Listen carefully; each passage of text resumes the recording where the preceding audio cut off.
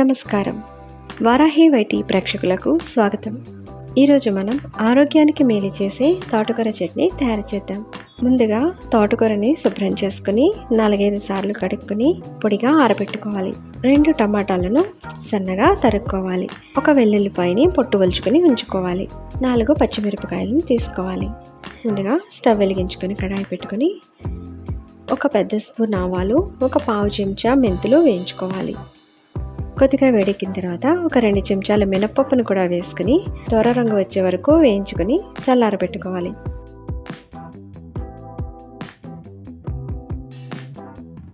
చల్లారిన తర్వాత మిక్సీ గిన్నెలోకి వేసుకుని ఈ విధంగా పొడిలాగా మిక్సీ చేసుకోవాలి.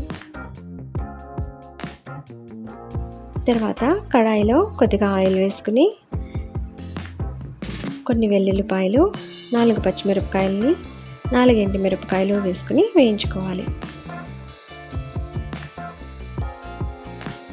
వేగిన తర్వాత ప్లేట్లోకి తీసేసుకోవాలి. తర్వాత పొడిగా ఆరబెట్టుకున్న తోటకూరను కొద్దిగా తరుక్కొని ఈ విధంగా మూకుల్లో వేసుకోవాలి. కొద్దిగా దగ్గర పడే వరకు కలుపుకొని తరిగి ఉంచుకున్న టమాటా ముక్కలను వేసుకోవాలి.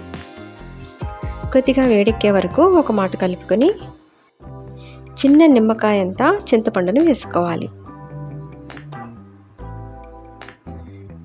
ఒకసారి కలుపుకొని కొద్దిగా పసుపు, రుచికి సరిపడా సాల్ట్ వేసుకొని కలుపుకొని మూత పెట్టుకొని 5 నిమిషాలు కుక్ చేసుకోవాలి. మధ్య మధ్యలో కలుపుకుంటూ టమాటా పూర్తిగా మెత్తగా అయ్యే వరకు కుక్ చేసుకోవాలి.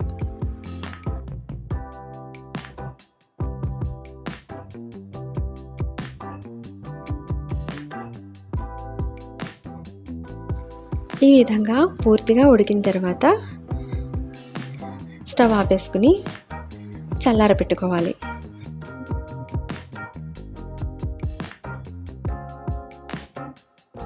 వేడి మొత్తం చల్లారిన తర్వాత ఈ విధంగా మిక్సీ గిన్నెలోకి వేసుకుని వేయించి ఉంచుకున్న పచ్చిమిరపకాయలు, ఎండుమిరపకాయలు, వెల్లుల్లిపాయలను కూడా వేసుకుని మిక్సీ చేసుకోవాలి. ఇప్పుడు తాలింపు పెట్టుకోవాలి. మూకుల్లో కొద్దిగా ఆయిల్ వేసుకుని 1 పావు చెంచా మినపప్పు, వెల్లుల్లిపాయలు, 1 చెంచా నువ్వుల పప్పును వేసుకుని వేయించుకోవాలి. దోరగా వేగిన తర్వాత 1 పావు చెంచా ఇంగువను కూడా వేసుకోవాలి. ఇంగువ కొంచెం పొంగిన తర్వాత కడిగిన తోటకూర పూర్తిగా పొడిగా ఆరే వరకు ఉంచుకుని చేసుకుంటే వారం రోజుల వరకు నిల్వ ఉంటుంది. మిక్సీ చేసి ఉంచుకున్న తోటకూర చట్నీ ఇందులో వేసుకుని కలుపుకోవాలి. మొత్తం అంతా కలిసేలాగా కలుపుకుని కప్పులోకి తీసేసుకుంటే గుమగుమలాడే తోటకూర చట్నీ సర్వింగ్కి సిద్ధంగా ఉంటుంది. ఆరోగ్యానికి మేలు చేసే తోటకూర చట్నీ మీరందరూ తప్పకుండా ట్రై చేయండి. మరొక సింపుల్ రెసిపీతో మళ్ళీ కలుద్దాం.